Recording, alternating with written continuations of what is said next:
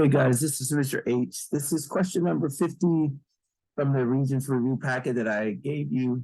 Now this is a unique question, and I have not showed you guys how to do this in the classroom, but I do have some videos that I created over in summer school and that I did that I'm going to link at the end of this video if you need to go and watch other examples to try to understand what we're doing. Now, most of the time, when we see these formulas and we're trying to get things by themselves, if it's in the multiple choice section, we can use the insolve.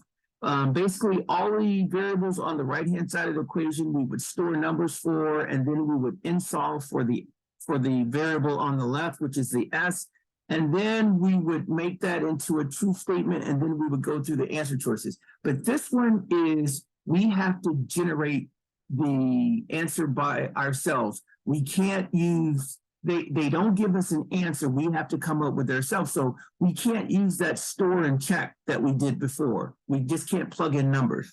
So this is basically all we're doing. We've got this formula. It's the arithmetic sequence formula. And it's got S equals N divided by 2 multiplied times the quantity A plus B. Now, and they tell us N is the number of terms, A is the first term, B is the last term, and then it says express B in terms of A, S, and N. And all they're basically saying, if it doesn't make sense, is that right now S is by itself, but they want to do some algebraic manipulation and get B by itself. So when you're done, if you look down here, I have B equals, and then I have the S over here, but we're going to have these other terms over here too, the A and the N. Now, so here's how I do it. I use something called PEMDAS, and then I'm going to do the inverse of PEMDAS. So now, in here, we're trying to get the B by itself. So everything that we do, we should be saying what is being done to the B in terms of PEMDAS. What's being done first, what's being done second, what's being done third, et cetera, et cetera. So now, so if you look at this, B is what we're trying to get by itself. So my first question is, what is being done to B?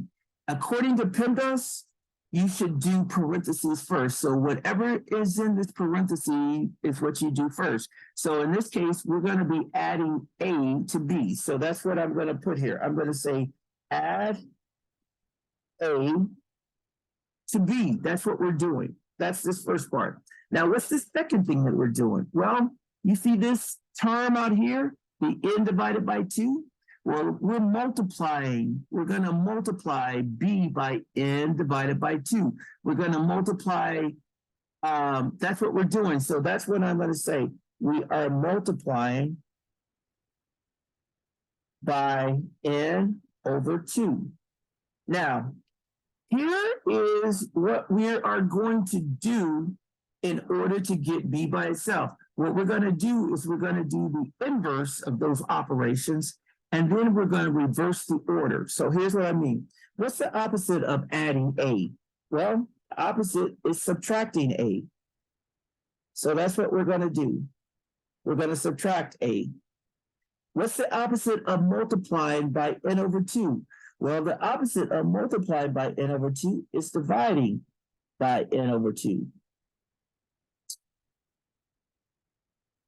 Okay, now, the only thing that we need to do is we're going to reverse the order. We added first and we multiplied second, but now we're going to divide first and then we're going to subtract second.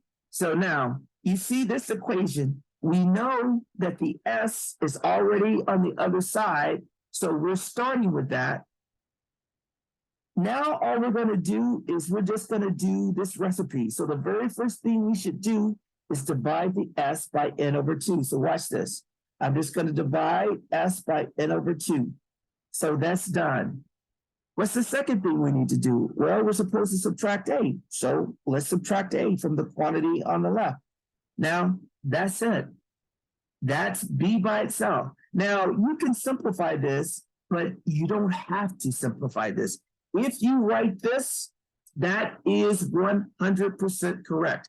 And if you show these steps, this is the algebra that we did to get this by itself. So this is the answer. And if you want to check it, you can store numbers for N, for A, for B. And then you can calculate that and see if this gives you a true statement. I don't want to make this video too long, but you could check it. You could make this 2, you could make this 3, you could make this 4, and then you're going to solve for S, and solve for S, and then you're going to store that number into S, and then you just key this in, and you should get a true statement. You know what? I am going to do it. I am going to do it. Forget that. I want to show you guys that all this stuff that I'm showing you is really useful.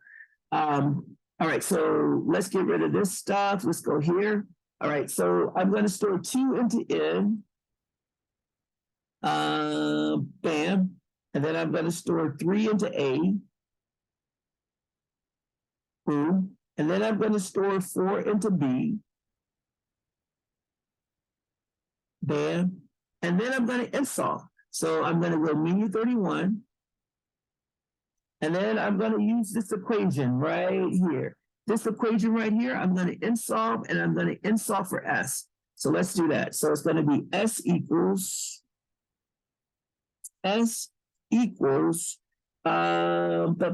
control divide. It's going to be N over 2. That's K. I need N over 2. Bam. And then I use parentheses, A plus B. A plus B. Close the parentheses. And notice, these variables on the right are all bolded because we put numbers in it. And the only variable that isn't bolded is S. So that's what we're solving for. So we put S here, and then we press enter. So S is going to be equal to 7. So let's take 7, and we're going to store it into S. Now, we made this a true statement by doing that. So if this answer right here is correct, when I type in B equals S divided by N over 2 minus A, I should get a true statement. If I get a false statement, that means that I've made a mistake someplace. So let's do that. So down here, I'm just going to type in B equals, and I'm going to do control divide. And up here, I'm going to do S. And then down here, I'm going to do another control divide because that's N over 2. So I'm going to go N over 2. And then I'm going to get out. And then I'm going to do minus A. All right, so now I want you to see that this is the same thing as I have on my iPad. Now, when I press enter, I should get a true statement. If I don't get a true statement, that means that something that I did here is not right. So let's see. Here's the moment of truth. All right, we got it true. That means that what we did was correct, and we can feel comfortable about it. All right, guys. I didn't actually think I was going to do that, but I think it's good to show you guys how to check your work. And so we did. So now all I'm going to do is I'm going to stop this and post it.